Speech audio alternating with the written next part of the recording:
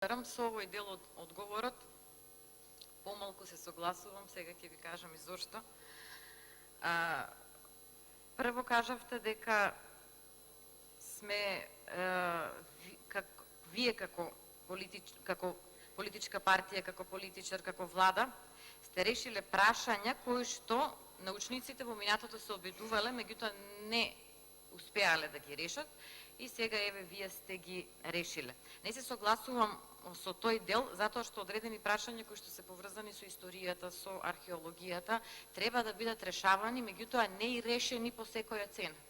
Тоа е еден процес кој што не значи дека ако не се реши, дека крајот на светот дојде.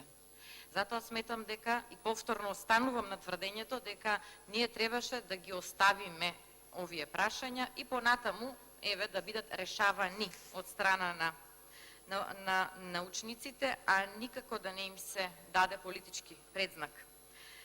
Вие говорите, господине Заев, многу поинаку од вашите колеги и од Бугарија и од Грција, затоа што вашите размислувања се во насока дека ќе биде секако што треба, дека ќе биде во духот на целта на договорите кои што се подпишани, значи добрососедство и соработка, меѓутоа од друга страна ние имаме конкретни барања каде што бараат за да не ни наметнат одредени црвени линии како што најавуваат, они бараат учебниците, наставните планови, надписите на спомениците и музеите да гарантираат чиста историја.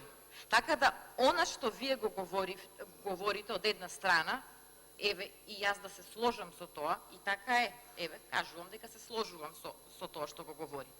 Никако не кореспондира со она што го говорат вашите колеги од другите земји. Они не кажуваат дека ќе оставиме и на идните генерации некои прашања, нема да ги затвараме. Не, тие се многу јасни затоа што договорите им го овозможуваат тоа и тие бараат чиста историја. Така да во овие делови не кореспондира она што ние го имаме како став, како влада, со она што го имаат како став нашите соседи. Јас би сакала, еве на крајот, тука ќе завршам дебатата и се уште останувам на тоа дека не треба ние да ја дискутираме овде, јас би сакала да се обистинат вашите надежи на крај на целава приказна, а не моите стравувања. Благодарам.